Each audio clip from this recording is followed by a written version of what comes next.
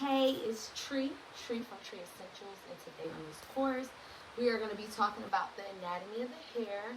So our hair, we first have our hair shaft, and it has three different layers. That is our medulla, the cortex, and the cuticle.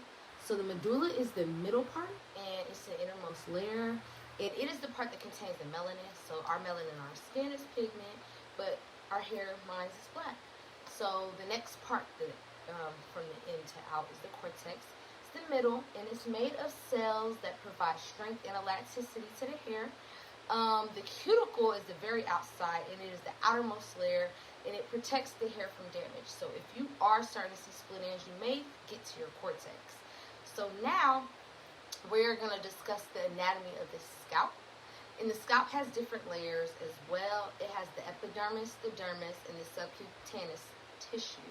So the epidermis is the top layer, and it has many different layers, but it's the cells that protect the scalp.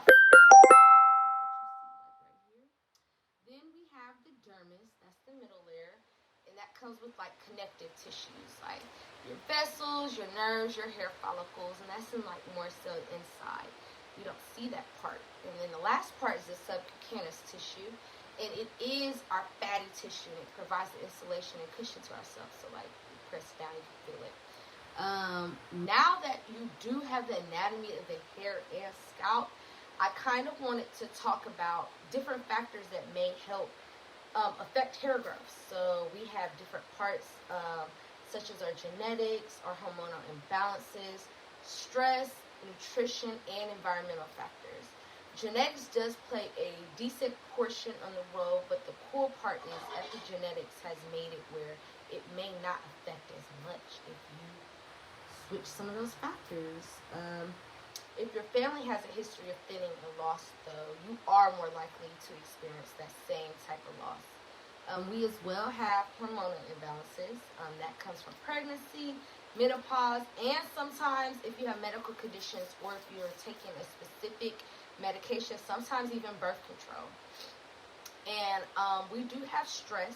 That plays a major role in hair growth. So keep your stress levels down. Like start mellowing out, because that can cause your hair to fall and become thin. So our nutrition is a big major factor in our hair growth. That includes our diet, our supplements, vitamins, minerals, things such as biotin, iron, zinc. They definitely, if they're deficient, they can cause hair loss. And that is malnutrition when you're eating a lot but still not obtaining the specific nutrients. We as well have environmental factors that can affect the hair and scalp too. So basically today you learned about the anatomy and the hair, scalp factors, and environmental factors that can contribute to hair loss. And if you are experiencing any hair growth issues, I highly recommend that you reach out to a hair specialist or explore different natural remedies like a healthy diet, healthy supplements, stress relieving techniques, and this is like my homemade hair butter. It's a very Ayurvedic growing hands hair butter, and I use this in my hair, and I use this in other people's hair that as well have medical issues or conditions, and it works amazingly. Just put it in like this. But anyways, I appreciate you listening in today on the topics on anatomy and nutrition and stress factors in the hair, and I look forward to being a part of your healthy hair journey and just contributing to your magnificent growth and your overall wellness. I look forward to hearing from you all soon. This is Tree from Tree Essentials, and again, we have the ability to inspire others, plant seeds, and inspire change. I look forward to seeing you all in our next part of it.